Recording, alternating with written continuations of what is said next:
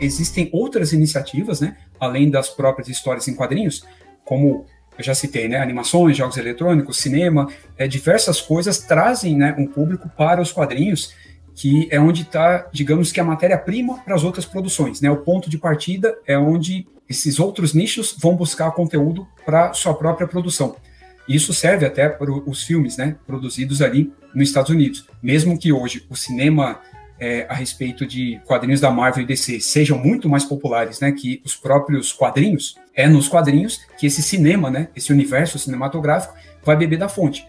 Né, obviamente, assim, que eles vão usar tanto a história dos personagens e aqueles arcos para se inspirarem, né, e aí criar algo próprio e tal, direcionado a todos os públicos, né, o maior número ali de pessoas, pelo menos. Só que ainda são os quadrinhos que dão esse norte, né, que alimentam essas fontes. Por isso que elas são mantidas, né, até hoje.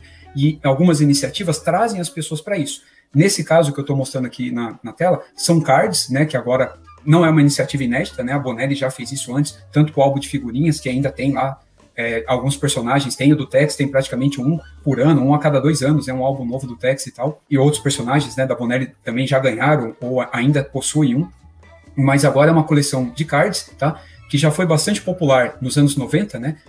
Não só no Brasil, mas, né, em boa parte do mundo. Eu mesmo colecionava muito, né? Aqueles da Marvel. Tinha o que chegava aqui era um sobre o universo da Marvel, aí um só sobre os X-Men, que os X-Men eram, digamos que a linha de publicação assim, mais popular dos anos 90, da primeira metade, né, dos anos 90, mais que qualquer outro grupo de super-herói ou personagem de qualquer editora. E aí você tinha também alguns da DC, que eram bem poucos que chegavam aqui, e até da Image Comics, que estava ali no começo dela. Mas é a Marvel que dominava, né, esse mercado nos anos 90. E aí essa foi uma iniciativa que, digamos que popularizou essa forma de você trazer novos públicos, né, para o universo das histórias em quadrinhos. Tanto a Europa, né, também entrou nessa, de uma forma geral, né, com esse tipo de colecionável. Lembrando que esse hábito de colecionar cards nasceu com os cards de esporte, especificamente de beisebol, lá dos Estados Unidos, tá? Nos anos 60, foi onde começou essa febre, né, de você ter cards temáticos, e aí isso é algo, né, que foi depois expandido para todos os mercados e é mantido aí até hoje. Então agora a Bonelli está com uma coleção nova de cards, não de um personagem específico, nada disso, mas digamos, de todo o universo dela, né, propriamente falando, com essa iniciativa também, lançado ali na Luca, e esse é um tipo de material também que ele é acessível porque ele pode ser vendido em banca, né, não é algo que você tem que ficar ali comprando na internet, como acontece hoje com os quadrinhos. Então, no que consiste, no caso, essa coleção? Republicar nesse formato de card, né, são 20 cards de pôsteres, né, raros. Você tem também 20 cards com artes raras, né, consideradas raras, que elas são agora reproduzidas, né, nesse formato de card. E também 12 cards são número 1, né, dos quadrinhos, né, mais famosos aí no caso da Bonelli. Então a capa das edições número 1. Então a gente tem alguns cards, sejam, né, como capa de publicação ou não. Aqui nessa primeira parte, digamos que é uma apresentação geral em relação aos temas que esses cards vão abordar. Aí depois a gente tem ali por arte, né, separada, ou melhor dizendo, por artista.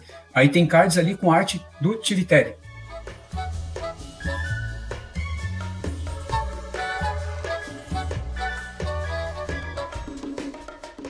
E aí depois a gente tem o do Dragoneiro também, né, as artes feitas ali para o universo, né, do personagem. Ali, no caso, está focado, né, apenas na figura do Ian.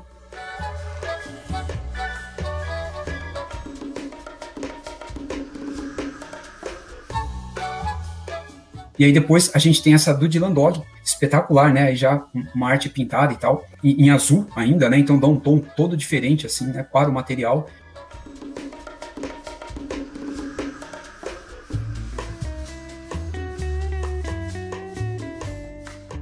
E aí depois a gente tem uma cards, né, com a arte do Pitinelli, que é o atual capista, né, de Zagor.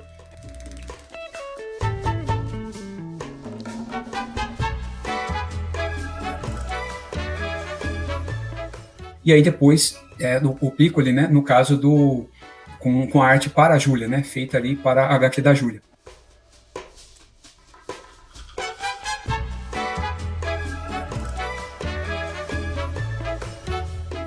O duro é você ficar comprando, que era um hábito que a gente tinha quando criança. Isso acontece até hoje, né? Para quem coleciona álbum de figurinha, mesmo da Copa, por exemplo. Você compra aquele pacotinho, e aí torce para não vir repetido. Mas no caso do álbum, você consegue trocar.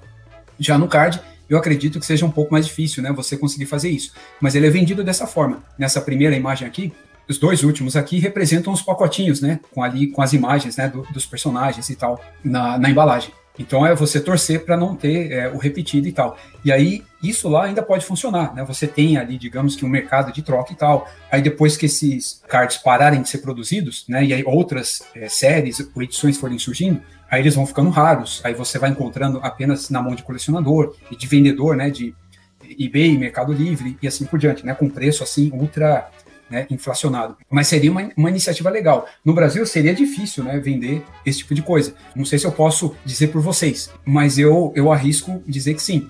Nós compraríamos aqui, não sei se ficaríamos comprando até completar tudo, mas talvez a gente começaria comprando. Mas eu acredito que no Brasil seria complicado, né? Mas seria legal, né, se esse tipo de iniciativa pudesse voltar como já teve aqui no passado.